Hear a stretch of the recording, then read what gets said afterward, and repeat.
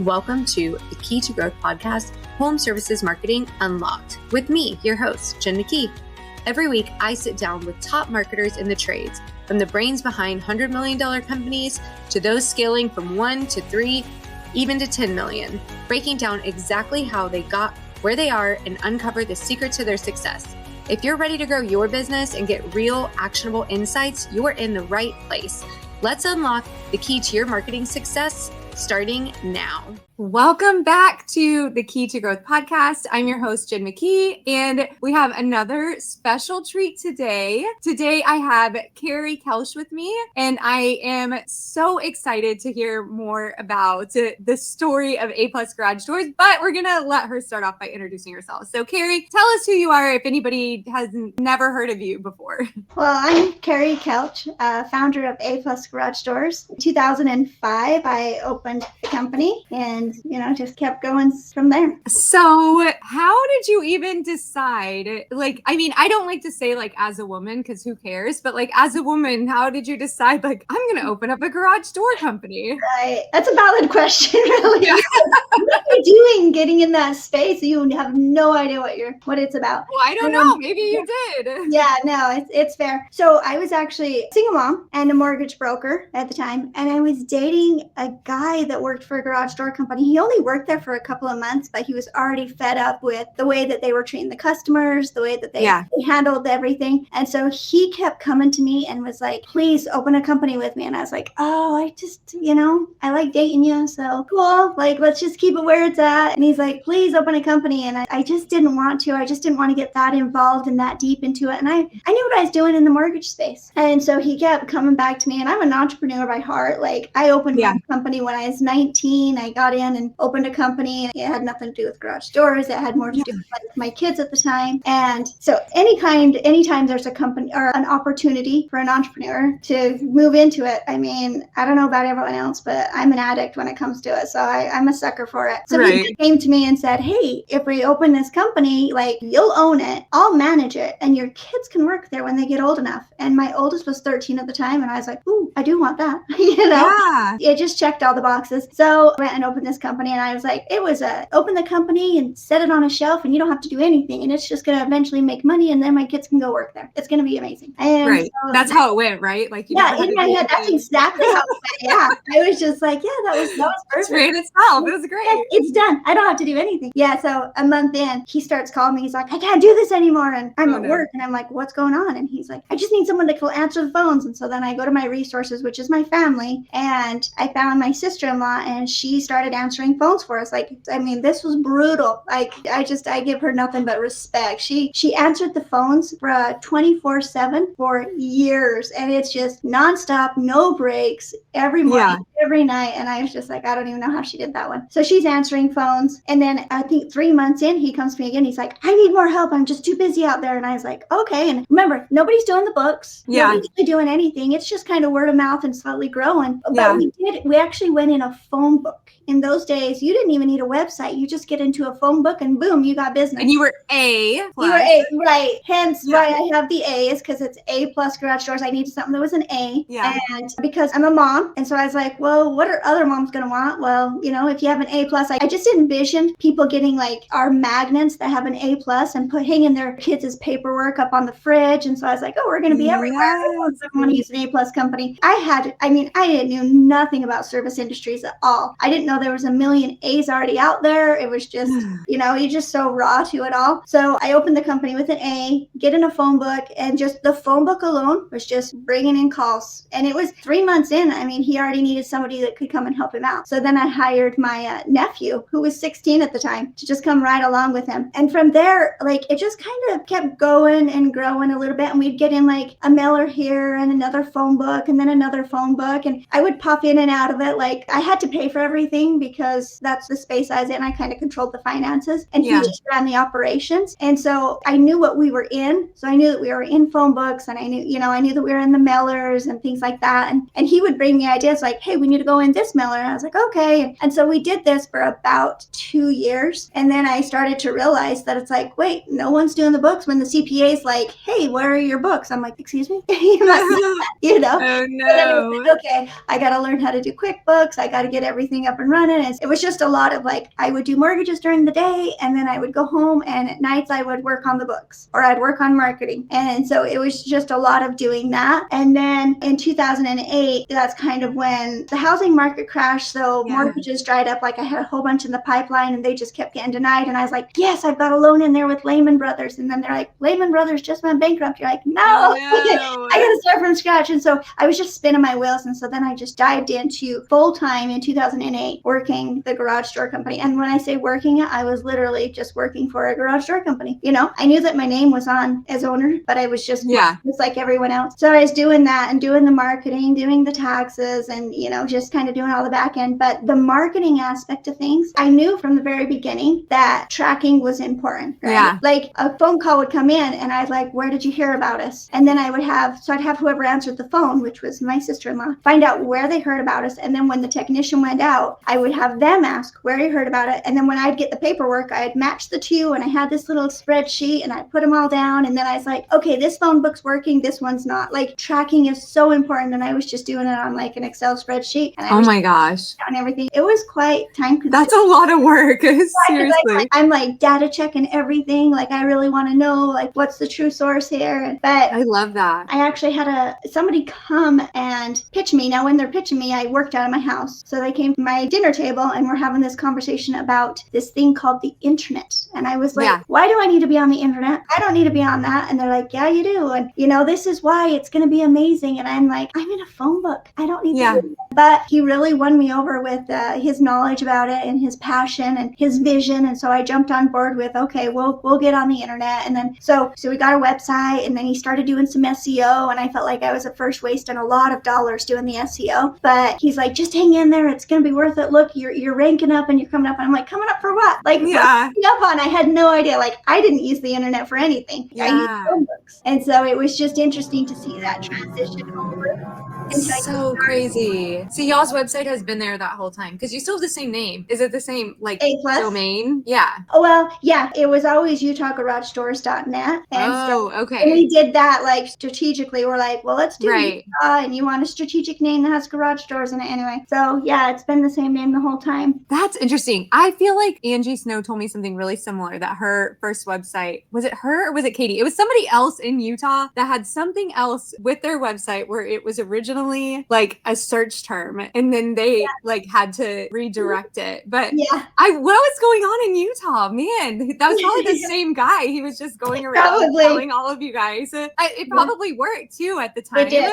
like made sense. And that's what he said. He's like, well, what do you want it to be called? And he's like, well, look at the search terms. Now, I mean, knowing what I know now, I would have named it something completely. I would have named my company something different, but definitely had the URL something different. Yeah. So does that URL still exist? The Utah Garage Doors, and you'll still use it? Like it still redirects? Yes. Okay. I love that. Okay. So A+ Garage Doors is a multi-million-dollar company at this point, but you started it from nothing. You started it in your home. At what point did you decide to move out of your house? Like when did it dawn on me? Yeah. So we're sitting there for a meeting, and my meeting, I have probably about, I would say 12 to 15 people in my living room, and we're having this meeting, and I look outside and trucks are parked everywhere. And remember, they're not just showing up for our meetings, they're showing up every 2 to 3 days to get parts. Yeah. And it was like, my neighbors are gonna kill me. I'm like, oh, I can't keep doing this. Like, this is horrible. Like, they're just coming in and out. I'm like, then there's like, what if one of them accidentally hits a kid that's running through a oh my gosh. And I was just like, by now I know I'm a bad neighbor. And so I'm like, okay, I've got to be a good neighbor, so I need to get this out of my house. And so that was actually 2017. Oh my so gosh, we've done it all those years. Yeah. It's so interesting because some people choose to invest so early, and I had the opportunity, the pleasure of getting to see your showroom and your warehouse and everything that you have now, which is massive and amazing. But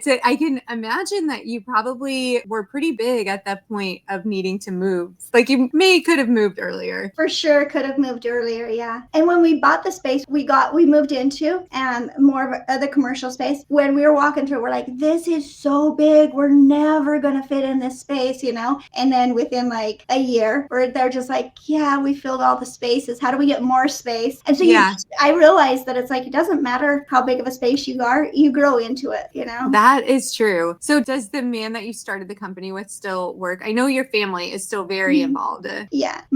No, I ended up marrying that boyfriend, and he's not in the business anymore. He now gets to just go off and do whatever he enjoys doing. And he's for years, like he really stopped working in the business years and years ago, but he's always consulted for us. And so he's just kind of been on the outskirts, like he knows what's going on, and he's watching like a service tie in, and so he's been consulting with us for years, like especially on marketing. Yeah. And so that's been nice. And now he actually just consults for other service industries, which is perfect for him. I'm like, he is so good at it.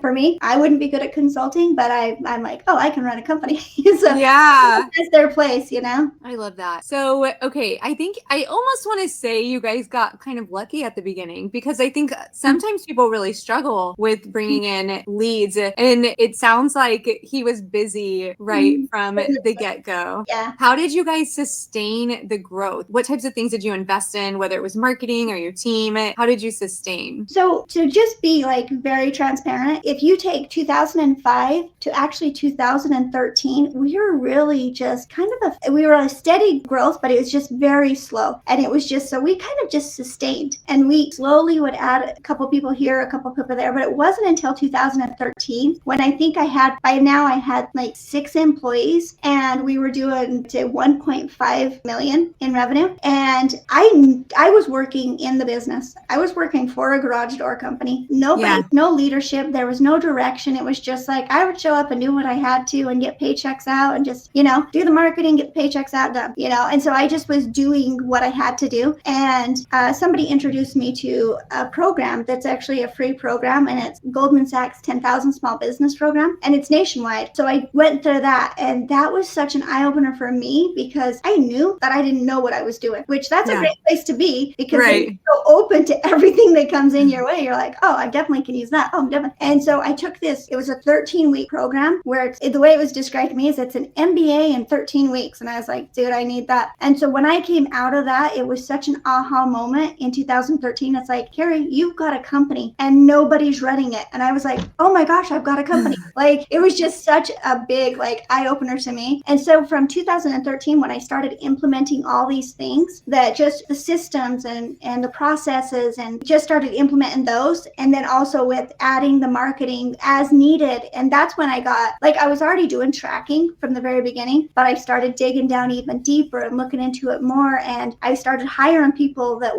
could do the little tedious things I was doing, and I could go do bigger things and grow the company. So 2013, clear up until, you know, I mean, by then it was 2017 when we moved, we were growing 30% every single year over year. Yeah, that is amazing, and such a good reminder to, number one, like, don't just always be working in your company, because you can only get so far, but also being open to those opportunities to learn more. Are you still involved in continuing to learn more about your business? Like, and I know there's so many best practice groups and things that you could do, but is that still something that you prioritize? Oh, definitely. I think I'm always, I would say, a little too open to new experience, new changes that would benefit the company. There's a point where my team's like, stop implementing stuff, stop adding things to it. And I was like, stop changing things. And I was like, okay. So I take a break for a second, and then I'm like, oh, have you heard of this program? Oh, have we heard of this? So it's one of those things that you've got to constantly recreate yourself, because if you're not growing your business, you're flatlining, you're actually decreasing somebody else's market share. So yeah, that's totally true. So if somebody was listening to this and struggling with lead generation, this is obviously something that you guys now have down as a system. So what tactics would you suggest? And we can even talk specifically about garage doors. Maybe there's something, and I know I told you I want to get into your showroom, and I do, but I want to start here. What are some like ways that you guys are always bringing in new leads and marketing tactics that you're always prioritizing? That is such a loaded question. Right. It's constantly changing. I mean, like I said in the beginning, it was phone books. All you had to do is a phone book. And then you had to do a 1-page phone book. And then you had to do a 2-page phone book. And then, and so pretty much you're just heavy loaded with a 3-page phone book and heavy loading there. Well, now as you transition over, then it's moved from phone books to now it's Google. And you got to be the top page of Google. And then you got to be the very top, and you got to be LSA. And then you've got to be in your Google Maps. And then you got to be SEO. And so it's like, how many Google things can I get in there? Right. And so now it's very heavy loaded with Google. And that's honestly going to change again. And it's going to keep changing. And this is where being relevant definitely helps, and being open to whatever's coming. Like the fact that I was open to get on the internet as such, when before the internet was really a thing, I think that's helped us move. And so just keeping our eyes and ears open for what is the next thing. It's always going to be, it's a moving target. It's constantly going to be changing. You've got to be evolving with this. I mean, and especially with AI now, we are really going to be seeing some amazing transitions of how we actually use this. It's so true. 100% agree with that. And that is such good insight and so unfortunate, right? It's just constantly moving. It'd be easy if someone's like, what did you do? I just stayed in phone books for 20 years and it's not that easy. You got to constantly. And the other thing that I would really caution people to do is don't focus on just one thing, because if you're just just in Google and all of your leads are coming just from this one revenue source, you're very much exposed. You need to have a wide net, cast a very wide net, so that you're doing a lot of other things. Like we still do mailers, and a lot of it now has to do with brand recognition. But now you're doing your social media and you're doing your Google. And so just make sure you have a wide net covering a lot of things. Yeah, that is very true. And I also just want to point out that you, at the level that you're at, you have support in your marketing team. You're not bottlenecking it by any means. And you have people on your team. You said you just hired a CMO, which is super exciting. Yes. And so when did you know that you were like, okay, I need to bring some people in here to help me with this? Yeah. So I think it was 2018 is when I hired my first marketing director, and he was just to take over what me and, my husband were trying to, and it was just piecing it together. But we had a really good brand and we had a good name, and just, a good name. If you're oh, I've got the perfect company name, that does not make a good brand. Just the name alone. You've got to have everything else that backs it up. So you've got to have integrity and be trustworthy and have a good product. So we had all of that going for us, which helped us really in creating this good brand. So when he came on, I was telling him, listen, I've been marketing all these years. I need you to start branding. And so we worked with him, and I worked really closely with him to get him and to get him up to speed. And then he took it from there. But to get it so it's we're now branding and marketing at the same time. And knowing the difference from what is branding and what is marketing, I think is important. Yeah, I think that's really good. And part of how you branded yourself is really, you probably wouldn't use the word luxury, and that's probably the wrong word. But when you go to A+ Garage Door, you're not just walking into a warehouse. It's a place where you guys invite customers. And I think it completely elevates your brand. So talk a little bit about what I'm talking about, and then your vision behind that. So you're definitely talking about my showroom. Yeah. So we wanted to have an experience where there's so many service industries out there, and they show up to your house and the customer's is this a real company? Are you just going to take my money and run? You just don't know. Yeah. There's so many there's great companies, and there's some not so great companies that would actually do that. And so we wanted to really let customers know that, look, we're here to stay. We're here to take care of you. And we hold ourselves at a very high level of expectations, and you can also hold us there. And so when you walk in the showroom, I think that's what you get, is you will really walk in and you go, wow, these guys really have an eye for detail. They're not going to let something drop. They really care about their product. They care about, how they're presented. And you get that just from walking in my showroom. So I feel like that was an important strategic part of why I did this. I also, in the garage door space, my whole goal since I opened the company since I got involved with the company in around 2008, was to really elevate the whole industry, because it was just such an industry that really didn't have a lot of respect for itself. And so I'm how do I do that? And I just kept on how do I level up? How do I level up? But not just level up me. I want to level up the whole industry. And so I've had a lot of our competition come and walk through, and they're like, what do we need to do? And I'm like, you got to do this. You need to show up with a 5-star service, and just telling them things that they they can do to help me elevate the whole industry. And so it was kind of the play of, yes, I want my customers to be able to walk in, and not only that, but when you walk in, you can choose whatever door you want, and you can see a lot of functioning doors, and you can see a lot of like very visual of what I want to create. But I also wanted my competition to be able to, I went and invited them. I was like, please bring your customers to my showroom and sell your doors. Like, we're not going to take your customers. I just want to elevate the whole industry. So I think it was a lot of both of those that I did it. That's amazing. So what it is, it's sexy. You have made the garage door sexy. And if you ever do get the chance to go to Utah and see A+ garage doors, I really recommend trying to make a stop there, because it is a gorgeous showroom with vignettes like all the way through that make it, I'm guessing, really easy to sell. Some beautiful options with different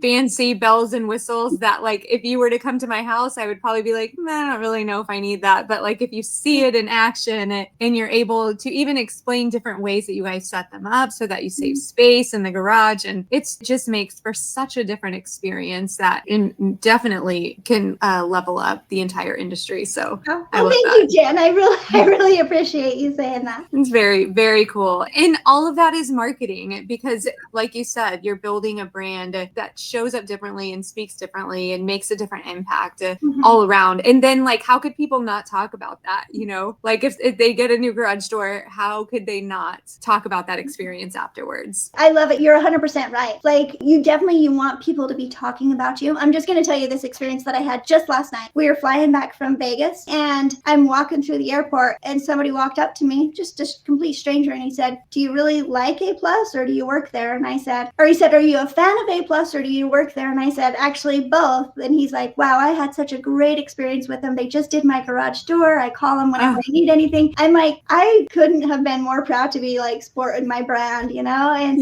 to be stopped when you're out in public and somebody just comments about your company. I mean, it happens to me multiple times whenever I'm wearing my logo stuff. And that's exactly what you want when you're creating a brand. It's like, you know, that's the end goal, is that people recognize you in a good way, because there's also recognizing in a negative way. This definitely not that one, but to recognize you in a good way and to be able to be like, that was a great experience for us, because you know they're going to refer you to the next person, and they're going to suggest other people use you or buy your product or whatever it may be. Yeah. And the last thing I really want to touch on is that I think that your team culture plays a big part in your entire business. And of course, that impacts your marketing because it impacts the experience and everything. So tell us about how you have built that culture and how you keep it to really. Yeah, it's not a small feat, like, to be able to get a good culture, because the bigger you get, like when you're really small, it's pretty easy. And people are like, well, I don't know what my culture is. I'm like, well, look in the mirror. That's what your culture is. Like, straight up, your culture is you. And so you're able to like identify that. And once you can identify, oh, this is my culture, then you're like, well, how do you show up for people? And, you know, what kind of like experience do they have with you? Because all of that is your culture. And as you grow bigger, like now we have like about 140 employees, it's a lot harder to keep everybody like on the same culture and keep everyone positive, because you know people are going to come in and have a negative experience, and they're just going to come in and they're like, it's a job and I hate it. And you're going to have that. And the real hard thing is keeping those bad apples out, because that one toxic person just spreads. And so I think, like, to me, I feel like it's my job, it's my duty to make sure that it's a good environment for everybody that's working. And yeah, I want to listen to the people that have concerns or want to talk about things. Of course, I want to talk to them, because that's how you learn and you grow. But then there gets to the point where it's like they just want to complain about every single thing, and you're like, and then they want to go, and instead of complaining to somebody there, it's like healthy, they start going and talking to people, just like start spreading it. That's when you're like, okay, it's best if like we remove that and give everyone a really healthy culture. So sometimes it's keeping the good healthy culture is a matter of getting rid of even some key players sometimes, and just going like, it's my job, like it is my duty to keep this a good healthy environment for everyone, and letting somebody toxic in there is not doing any good. Oh my gosh, you just said some really great things. And I think one that is probably hard to hear is that like you are the culture. And so it's like, I might need to do some work on myself, but And so a lot of people say, like, we know as entrepreneurs that it's like the biggest self-growth journey. And that's probably a big part of it because your business can mirror you. Yes. So, and then getting rid of the bad apples, and that's kind of tough to do sometimes. It is, especially when they're either bringing in the revenue or it's your family member. It just doesn't matter. And it's your duty as that business owner to keep it clean. Yeah, that's so good. Okay, so at the end of the podcast, we ask everybody the same question because you're on the Key to Growth podcast. So what is the key to growth? And it can be the key to growth in marketing or just the key to growth in business. Yeah. Well, I mean, marketing's a huge part of it. The key to growth is vision. So know where you're going, what your vision is, and then you get people that you trust that are in your team. You get them buying into that vision. So if everyone has the same vision and you're all rowing the same direction, then you're going to go so much farther. So it's a matter of getting everyone rowing the same direction. I love that. Okay, so if people wanted to find out more about A+ Garage Doors or more about you, where should they look? You can find us on Facebook, A+ Garage Doors in Utah. You can always Google UtahGarageDoors.net. Still around. So that's a good one. We have a couple. We have A+GarageDoor.com. So you can find us that way, and you can always. You can find me on LinkedIn and all socials soon. Carrie's going to be working on her personal brand. Yes. So I'm doing a lot better at getting on the social and being out there. Love it. Well, thank you so much for joining me. You gave so many incredible tips that I know are going to not only impact the garage door space, but everyone listening to this podcast. So I appreciate you today. Oh, it's great to be here. Thank you, Jen, so much. Thanks.